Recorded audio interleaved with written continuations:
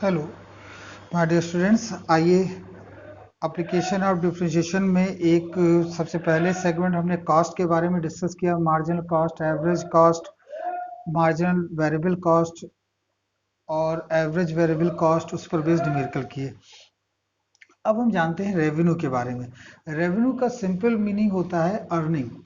आप जानते हैं साधारण रूप से कि किसी भी शॉप पर जितने पर यूनिट आइटम्स सोल्ड किए जाते हैं और टोटल पैसा जितना कलेक्ट होता है वही रेवेन्यू कहलाता है। सिंपल वर्ड्स में इसको ऐसे समझिए कि एक शॉप पर एक पेन उसने सेल किया 10 रुपीज़ उसको प्राप्त हुआ, उसने 20 पेन सेल किए 200 रुपीज़ उसे प्राप्त हुए। तो टोटल रेवेन्यू कितना हो गया? अगर हम सिंपल टर्म में इसको समझें तो R is equal to P into X होता है। ठीक है, कैसे इसको फिर से समझते हैं। P है, P means price per unit. P क्या है? P price per unit. और X है सोल्ड क्वांटिटी, सोल्डेड क्वांटिटी या बेची गई वस्तुएं। तो आप जानते हैं वो साधारण शब्दों में कि एक किसी शॉपकीपर ने 10 क्वांटिटी को बेचा। 10 पेन सपोज करिए उसने सोल्ड कर दिए, 10 पेन उसने बेचे। ठीक है, 10 पेन उसने सोल्ड किए।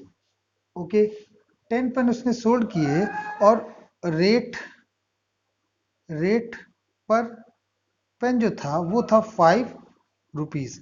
रेट पर पेन था वो 5 रुपीज था और 10 पेन उसने सोल्ड किए, तो रेवेन्यू कितना होगा? 5 इंटू 10, 50 रुपीज। सिंपल सा मैथमेटिक्स वही यहाँ पर है, R is equal to P x.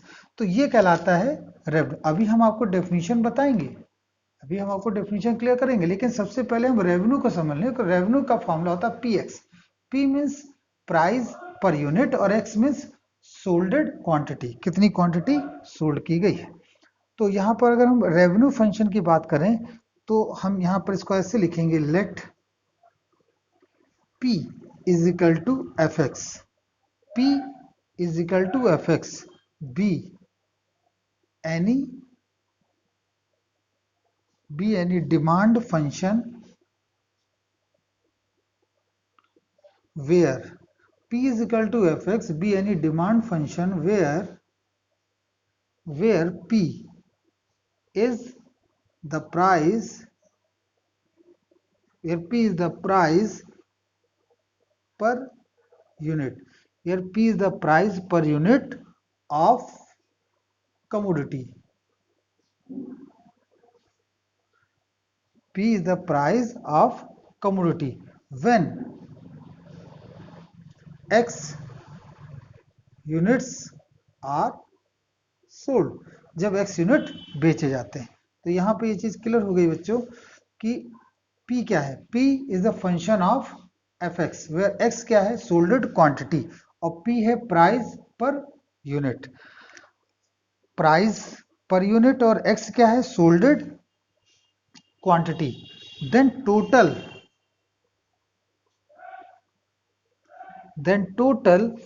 Revenue function,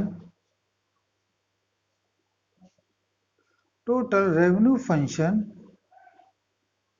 revenue function denoted by R and is given by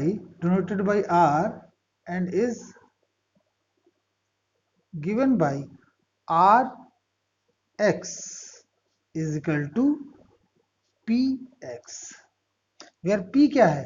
P is a function of solded quantity। तो Rx is equal to Px आ गया। अगर आपको ये नहीं समझ में आया कोई दिक्कत नहीं है।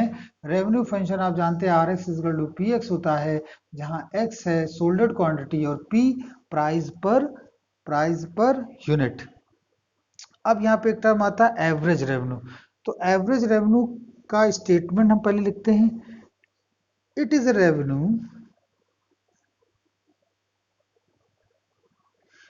Revenue, per unit. देखिए एवरेज कभी वर्ड आता है तो हमेशा पर यूनिट आता है। पर जैसे कॉस्ट आई थी, average cost per unit cost. तो it is a revenue per unit, it is a revenue per unit of commodity, per unit of commodity. It is denoted by it is denoted by AR। और अगर हम इसका formula लिखें तो AR is equal to PX divided by X, क्योंकि जो revenue होता है उसी को हम यहाँ पे ऐसे लिख सकते हो RX अपॉन X। तो RX की वैल्यू कितनी है PX, तो ये कट के कितना आ गया P। तो जो एवरेज रेवेन्यू होता है वो किसके बराबर होता है, प्राइस के बराबर होता है। यहाँ से हमने ये चीज जानी कि जो एवरेज रेवेन्यू है वो किसके इक्वल है, वो इक्वल है प्राइस के। बहुत इंपॉर्टेंट बात यहाँ पर हमने डिस्कस की। अब नेक्स्ट जो है आपका वो है marginal revenue.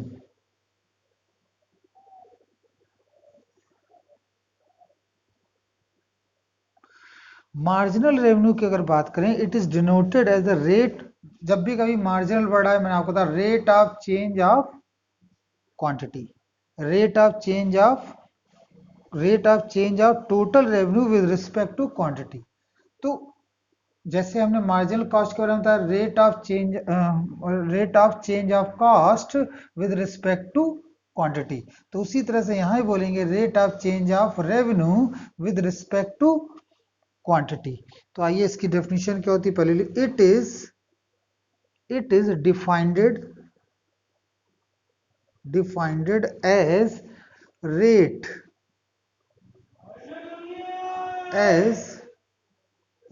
of change of total revenue with respect to VRT, मतलब with respect to quantity sold. वहां पर क्या आया था, क्वांटिटी प्रोड्यूस्ड, और यहां पर क्या आया, क्वांटिटी सोल्ड। ठीक है, it is approximately revenue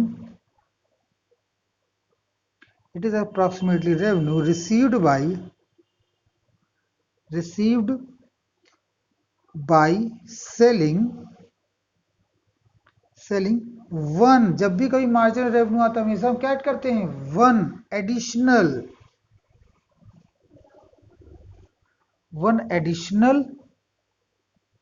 unit of output, it is denoted by MR। तो देखिए क्या है, it is a rate of change of total revenue with respect to solded quantity, पहली चीज तो ये हुई।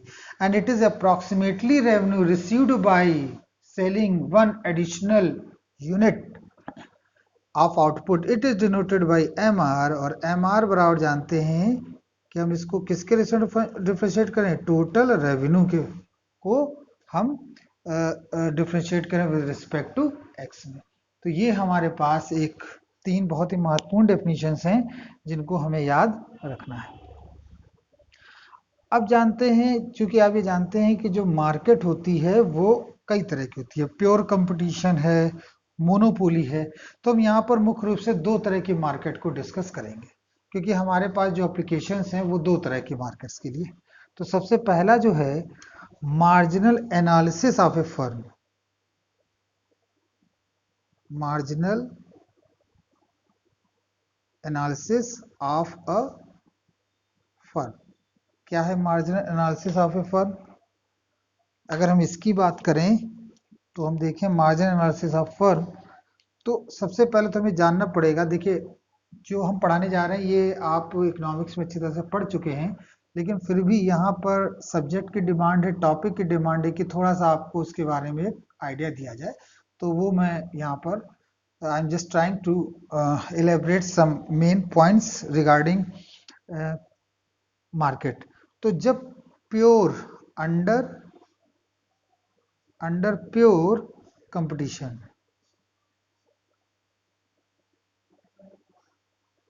अंडर प्योर कंपटीशन, तो प्योर कंपटीशन क्या है? सबसे पहले तो प्योर कंपटीशन की कंडीशन होती है कि जितने भी जो फर्म है वो होमोजीनियस प्रोडक्ट को बना रहे हैं। There are many firm producing homogeneous product. हम लिखेंगे many firm producing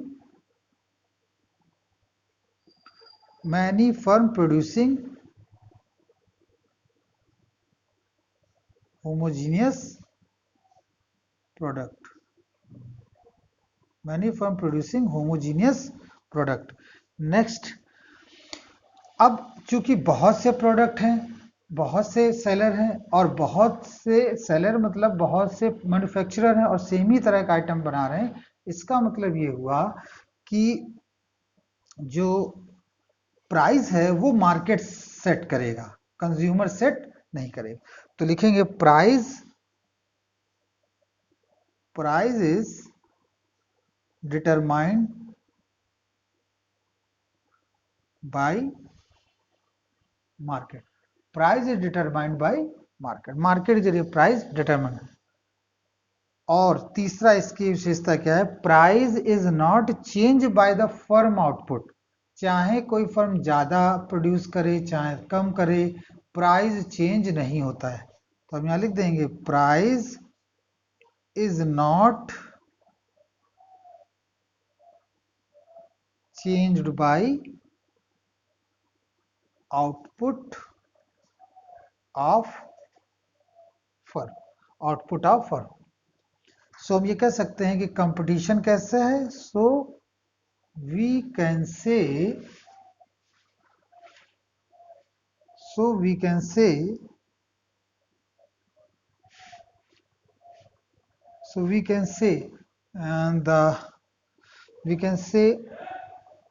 competition is, we can say there is perfect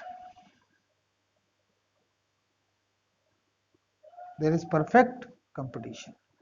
ठीक है, तो जो चाहे जितना भी आइटम सोल्ड कर सकता है, वो इस बात पर निर्भर नहीं करता है कि वो कितनी ज्यादा आइटम को प्रोड्यूस कर रहा है, क्योंकि मार्केट का जो प्राइस है प्रोडक्ट का, वो मार्केट में जो प्राइस है प्रोडक्ट का वो मार्केट डिसाइड करता है। वो प्रोड्यूसर डिसाइड नहीं करता। तो हम यहाँ पर एक कह सकते हैं, हम यहाँ पर एक बहुत ही इंपॉर्टेंट बात कर सकते हैं कि इस केस में, इन दिस केस जो R है, revenue, R is equal to, तो फॉर्मूला में जानते हैं PX होता है, लेकिन प्राइस जो है वो यहाँ पर इंडिपेंडेंट है। बट हेयर, जैसे हमने लिखा था ना कि price is a function of solded quantity, लेकिन वो यहां नहीं होगा। क्यों? क्योंकि यहाँ पर प्राइस जो है वो इस बात पर निर्भर नहीं कर रहा है कि कितनी चीजें बिक रही हैं, क्योंकि मार्केट कैसी है, परफेक्ट कंपटीशन की है, प्योर कंपटीशन की है। R is equal to PX, but here P is independent। But here P is independent। P is independent of X। सो हम यह कह सकते हैं कि रेवेन्यू जो होता है वो P है, सॉरी मार्जिन, अगर हम यहाँ पर मार्जिनल रेवेन्यू की बात करें, MR की अगर हम यहाँ पे बात करें, तो MR is equal to X1 हो गया, तो यहाँ पे क्या रहेगा P। MR is equal to P। Marginal revenue कितना होगा P। तो ये सबसे इंपॉर्टेंट बात है किस केस में, जब आपका अंडर प्योर कंपटीशन हो। इसके बाद जो दूसरा आपका है अंडर मोनोपोली, उसको हम अपने नेक्स्ट वीडियो में डिस्कस करेंगे। इस वीडियो को लाइक करिए, शेयर करिए, जिससे कि अधिक से अधिक लोग इसको समझ सकें, आप भी इसको अच्छी तरह जान सकें। Thank you very much.